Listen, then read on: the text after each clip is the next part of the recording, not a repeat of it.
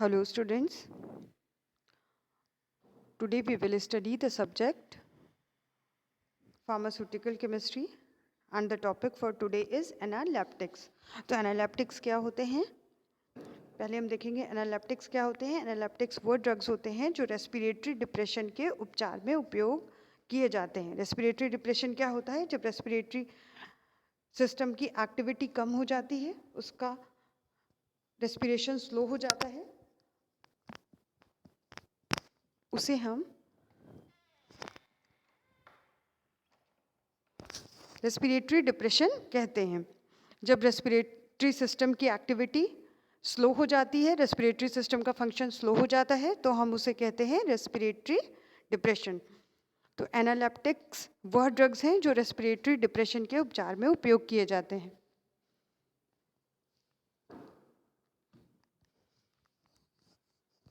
Basically ये CNS stimulant drugs होते हैं जो कि हमारे सेंट्रल नर्वस सिस्टम को स्टिमुलेट करते हैं, उनकी एक्टिविटी को बढ़ाते हैं,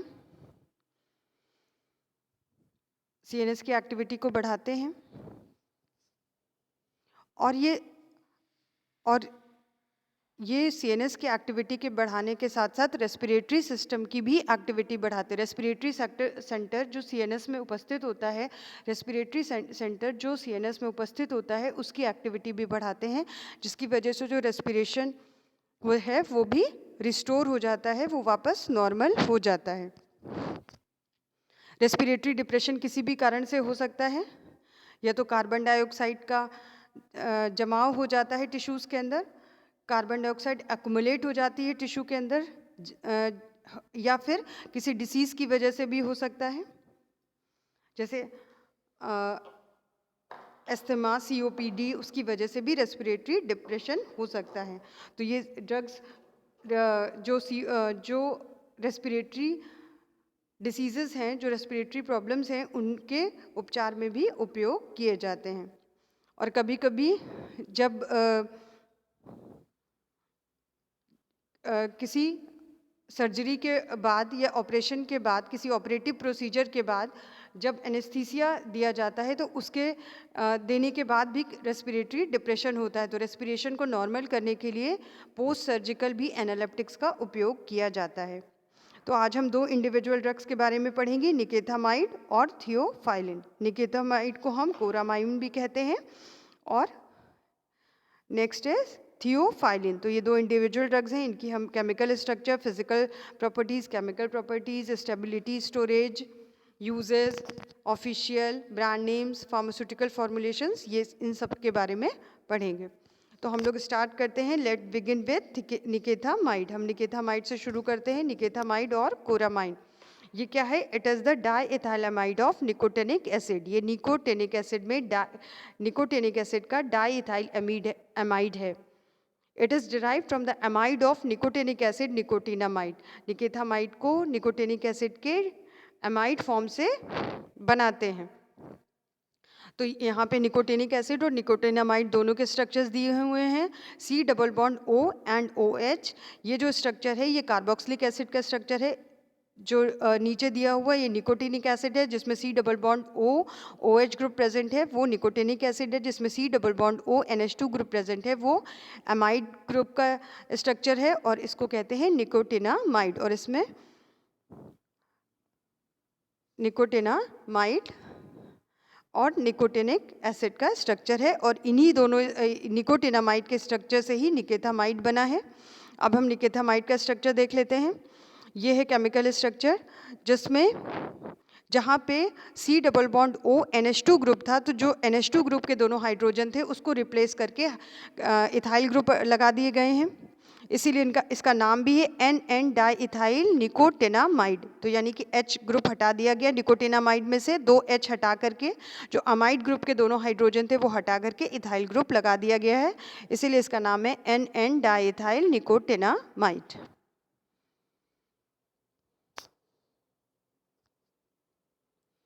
अब आते हैं फिजिकल प्रॉपर्टीज़. निकेथामाइड की फिजिकल प्रॉपर्टीज़ क्या क्या हैं? फिजिकल स्टेट ऑयली लिक्विड और सॉलिड क्रिस्टलाइन मास, ये लिक्विड भी हो सकता है, सॉलिड भी हो सकता है। अगर लिक्विड के रूप में प्रेजेंट है तो ये ऑयली होगा, ऑयली लिक्विड जैसा होगा, और अगर ये सॉलिड है तो इट इज़ सॉलिड क्रिस्टलाइन मास, ये सॉलिड क्रिस्टलाइन मास के रूप में उपस्थित होगा। कलर कैसा है? कलरलेस और स्लाइटली येलोइश, इसका कोई कलर नहीं होता, ट्रांसपेरेंट होता है ये, और अगर कलर होगा तो येलो कलर का होगा। Odour is slight, characteristic odour, वो बहुत स्ट्रॉन्ग ऑर्डर तो नहीं होती, बहुत ही स्लाइट ऑर्डर होती है और कैरेक्टरिस्टिक होती है, यानी निकेथामाइट को आप उसके ऑर्डर से पहचान सकते हैं। निकेथामाइट की स्पेसिफिक ऑर्डर होगी, एक पर्टिकुलर ऑर्डर होगी। नाउ टेस्ट है, taste is bitter. Melting point, अगर ये सॉलिड क्रिस्टलाइन मास के रूप में है तो इसका मेल्टिंग पॉइंट होगा 24 से लेके 26 डिग्री सेल्सियस। बॉइलिंग पॉइंट, अगर ये ऑयली लिक्विड है then it is boiling point is 296 to 300 degree Celsius. Solubility, it is miscible with water, ether and chloroform, ये वाटर के साथ मिसिबल है, ईथर के साथ और क्लोरोफॉर्म के साथ। तो ये हो गई निकेथामाइड या कोरामाइड की फिजिकल प्रॉपर्टीज। अब हम आते हैं केमिकल प्रॉपर्टीज़ पे। निकेथामाइड या कोरामाइन की chemical properties. When nikethamide is heated with dilute sodium hydroxide solution, fumes of diethyl amine is evolved and it can be recognized by its odour. जब nikethamide को हम हीट करते हैं dilute sodium hydroxide solution के साथ तो हमें डाइएथाइल अमीन की फ्यूम्स इवॉल्व होती हैं, तो डाइएथाइल अमीन की फ्यूम्स इवॉल्व होती हैं और जिसको कि हम उसकी ओडर से, उसकी स्मेल से पहचान सकते हैं। These fumes also turn red litmus to blue, ये रेड लिटमस पेपर को ब्लू लिटमस पेपर में बदल देती हैं, परिवर्तित कर देती हैं। तो निकेथामाइड को डाइल्यूट सोडियम हाइड्रोक्साइड सॉल्यूशन के साथ गर्म करने पर हमें डाइएथाइल अमीन की फ्यूम्स प्राप्त होती हैं या डाइएथाइल अमीन की फ्यूम्स इवॉल्व होती हैं, जिसको कि हम उसके ओडर या स्मेल से, जिसको कि उसके ओडर या स्मेल से पहचाना जा सकता है, और ये फ्यूम्स रेड लिटमस पेपर को ब्लू लिटमस पेपर में परिवर्तित भी कर देती हैं। अब आते हैं stability and storage of nikethamide. Nikethamide की स्टेबिलिटी और स्टोरेज पे।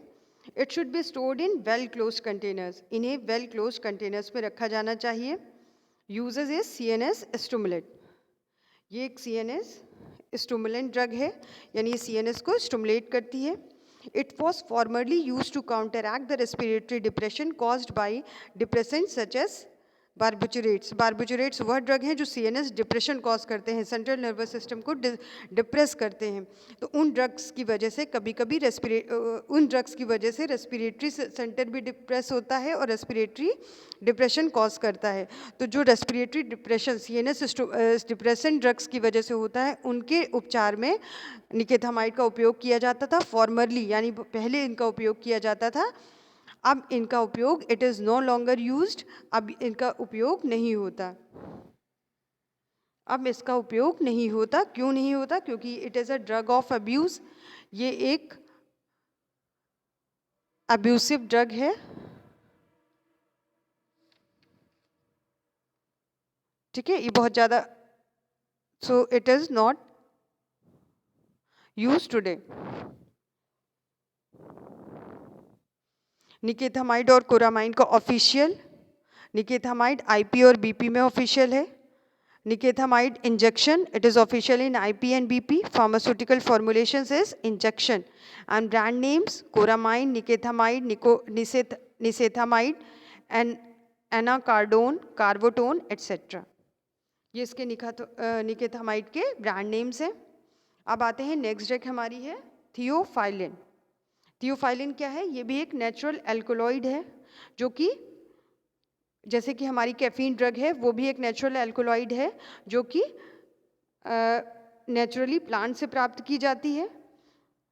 ये ज़ैंथीन डेरिवेटिव भी है कैफीन की तरह। ज़ैंथीन डेरिवेटिव, इसका जो कंपाउंड है उसमें ज़ैंथीन मॉलिक्यूल प्रेजेंट होता है। और ये कहाँ से प्राप्त होती है? It is derive from the plants camellia sinensis, plant का नाम है कैमेलिया साइनेंसिस, और एंड कॉफिया अरेबिका, या कॉफ़ी प्लांट से प्राप्त की जाती है जिसका नाम है कॉफिया अरेबिका। अब आते हैं थियोफाइलिन की physical properties.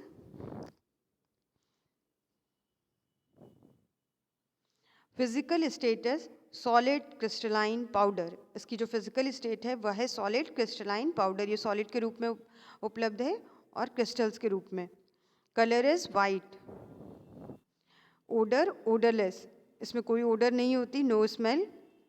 Test is bitter taste, taste bitter है, कड़वा होता है। Melting point 270 to 274 degree Celsius, 270 से 274 डिग्री सेल्सियस तक। Solubility slightly soluble in water and chloroform, chloroform और वाटर में स्लाइटली सॉल्युबल है। इथेनॉल में स्पैरिंगली सॉल्युबल है और very slightly soluble in ether, ether में बहुत वेरी स्लाइटली सॉल्युबल है। तो solubility is slightly soluble in water and chloroform, sparingly soluble in ethanol, and very slightly soluble in ether. अब आते हैं chemical properties of theophylline. Next is chemical properties. To an aqueous solution of theophylline, mercuric acetate solution is added and allowed to stand. A white crystalline PPT is produced.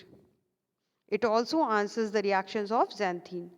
तो ये क्या करता है, theophylline के aqueous solution में अगर हम mercuric acetate solution डालें और उसे कुछ देर रखें तो वाइट क्रिस्टलाइन प्रेसिपिटेट प्राप्त होता है। थियोफाइलिन के एक्वस सॉल्यूशन में मर्क्यूरिक एसिड डालने पर और कुछ देर रखने पर वाइट क्रिस्टलाइन प्रेसिपिटेट प्राप्त होता है।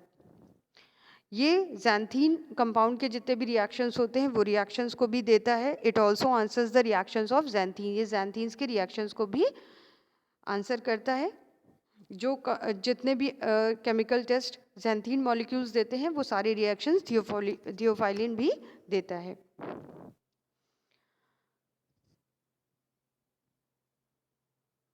Now next is stability and storage. It should be stored in well closed container.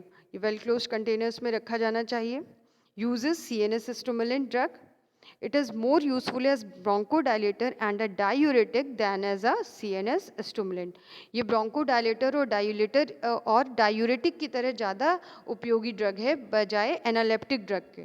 ठीक है, एनालेप्टिक की तरह इसका उपयोग कम होता है, ज़्यादातर इसका उपयोग ब्रोंकोडायलेटर की वजह से होता है और डायूरेटिक की वजह से होता है। ये ब्रोंक्यूल्स को डायलेट करती है जिसकी वजह से रेस्पिरेशन आसान हो जाता है, रेस्पिरेशन सहज हो जाता है।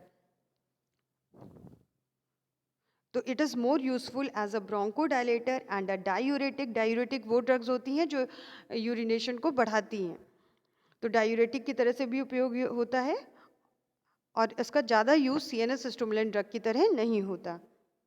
It is used as bronchodilator in acute and chronic asthma. या एक्यूट और क्रोनिक अस्थमा, एक्यूट वर्ड मतलब एक्यूट और क्रोनिक में डिफरेंस है। एक्यूट मतलब जब अटैक्स होते हैं, कभी कभी अस्थमेटिक अटैक आते हैं, वो एक्यूट में आता है। क्रोनिक अस्थमा मीन्स जो डायरेक्ट जो लोग अस्थमा के रेगुलर पेशेंट हो जाते हैं वो क्रोनिक अस्थमा कहलाता है। क्रोनिक ऑब्स्ट्रक्टिव लंग डिसीज़ यानी लंग्स में कोई ऑब्स्ट्रक्शंस है, रेस्पिरेशन में प्रॉब्लम हो रही है, सांस लेने में दिक्कत हो रही है, तो उसको कहते हैं क्रोनिक ऑब्स्ट्रक्टिव लंग डिसीज़। तो अस्थमा में और क्रोनिक ऑब्स्ट्रक्टिव लंग डिसीज़ में ये थियोफाइलिन उपयोग किया जाता है। It is also use to relieve apnoea in neonates. ये नियोनेट्स में, नियोनेट्स क्या होते हैं, वो इन्फेंट्स जो कि जिनकी एज 4 वीक से कम है वो नियोनेट्स कहलाते हैं। तो ये नियोनेट्स में अपनिया के उपचार के लिए उपयोग किया जाता है थियोफाइलिन का।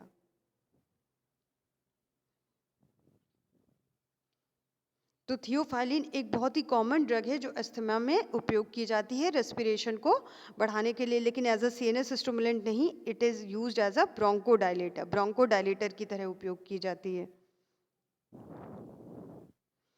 अब आते हैं official. Theophylline is official in IP BP. Theophylline injection is official in IP. Aminophylline is also theophylline. Aminophylline IP. Aminophylline injection IPBP. Aminophylline tablets IP. Pharmaceutical formulations, tablets, capsules, syrups, injections and suppositories.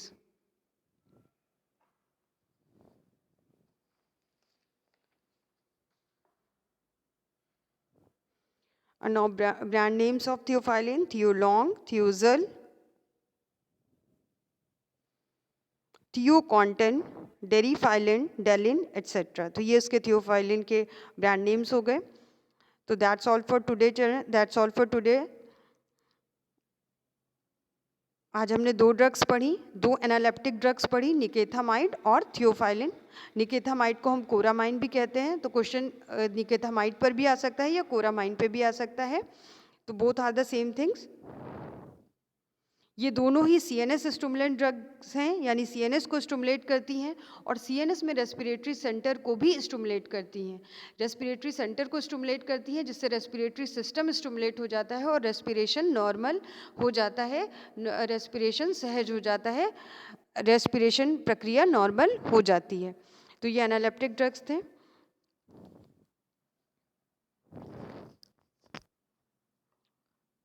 Students, I hope you must have understood the topics.